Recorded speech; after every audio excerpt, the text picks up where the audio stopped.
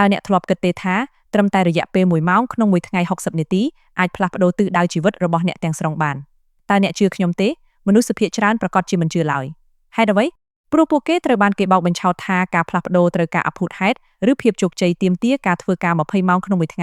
ត្រូវការសំណាងឬកើតមកលើគំនរមាសគំនរប្រាក់ប៉ុន្តែខ្ញុំមកទីនេះដើម្បីប្រាប់អ្នកថាវាមិនមែនដូច្នោះទេវាចាប់ផ្ដើមចេញពី1ម៉ោងប៉ុណ្ណោះ1ម៉ោងនៃគោលបំណងច្បាស់លាស់1ម៉ោងនៃវិន័យនិង1ម៉ោងដែលអ្នកសម្រេចចិត្តអភិវឌ្ឍខ្លួនឯងជំនួសឲ្យការអង្គុយមើលអ្នកដទៃរស់នៅក្នុងជីវិតរបស់ពួកគេមនុស្សភាគច្រើនរវល់ប៉ុន្តែមានមនុស្សតិចណាស់ដែលរីកចម្រើនពួកគេអូសទូរស័ព្ទពួកគេប្រញាប់ប្រញាល់ពួកគេធ្វើរឿងដដែលប៉ុន្តែពួកគេមិនដែលឈប់គិតនោះទេដោយសារតែពួកគេមិនគិតពួកគេទើបមិនផ្លាស់ប្ដូរប៉ុន្តែអ្នកដែលកំពុងស្ដាប់នៅពេលនេះអ្នកគឺខុសពីគេអ្នកកំពុងស្វែងរកនិងរួចរាល់សម្រាប់ការផ្លាស់ប្ដូរថ្ងៃនេះយើងនឹងនិយាយអំពីម៉ោងដ៏មានតម្លៃដែលអាចកែប្រែទម្លាប់ប្រាក់ចំណូលទំនាក់ទំនងនិងកេរដំណែលរបស់អ្នកភាពជោគជ័យមិនមែនជាការចៃដន្យទេវាគឺជាការសម្រេចចិត្តប្រចាំថ្ងៃអ្នកមិនចាំបាច់រងចាំឆ្នាំថ្មីមិនចាំបាច់សុំការអនុញ្ញាតពីនរណាហើយក៏មិនចាំបាច់ចាំឱកាសធំធ្លាក់ពីលើមេឃដែរអ្វីដែលអ្នកត្រូវការគឺត្រឹមតែ1ម៉ោងក្នុងមួយថ្ងៃប៉ុណ្ណោះ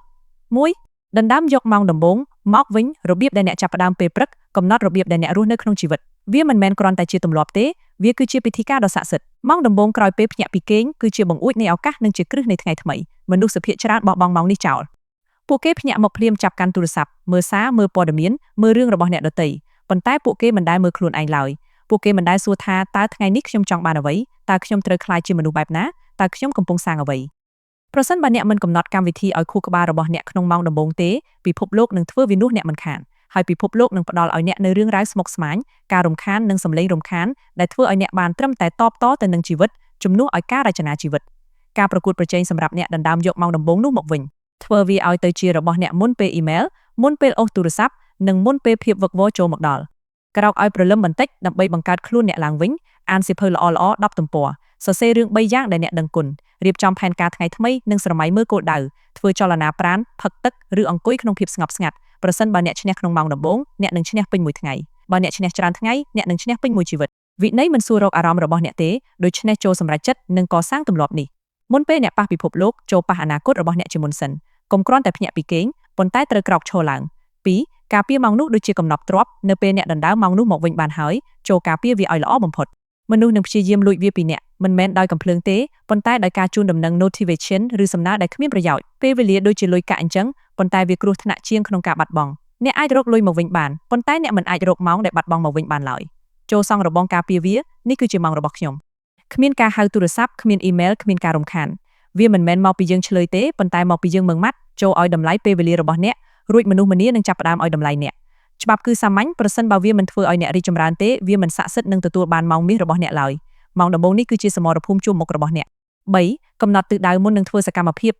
ាពដែលគ្មានទិសដៅគឺជាមុននៃភាពបរាជ័យវាដូចជាការរត់លើម៉ាស៊ីនហាត់ប្រាណបែកញើសខំប្រឹងខ្លាំងប៉ុន្តែនៅកន្លែងដដែលមុននឹងចាប់ផ្ដើម1ម៉ោងរបស់អ្នកចូលសួរខ្លួនឯងថាតើខ្ញុំកំពុងទៅណាការអនុវត្តជាក់ស្ដែងចំណាយពេល3នាទីដំបូងដើម្បីឲ្យច្បាស់លាស់តើគោលដៅថ្ងៃនេះជាអ្វីតើជំនាញអ្វីដែលខ្ញុំកំពុងពង្រឹងហេតុអ្វីបានជាវាសំខាន់ការសរសេរឲ្យច្បាស់លើក្រដាសនឹងប្រែទៅជាការផ្ដោតអារម្មណ៍និងសកម្មភាពពិតចូលចងចាំថាទិសដៅសំខាន់ជាងល្បឿនវាមិនសំខាន់ទេថាអ្នករត់លឿនប៉ុណ្ណាបើអ្នករត់ខុសផ្លូវ4រៀន1ម៉ោងរីកចម្រើនពេញមួយជីវិតភាពជោគជ័យកើតចេញពីការដឹងថាត្រូវធ្វើអ្វី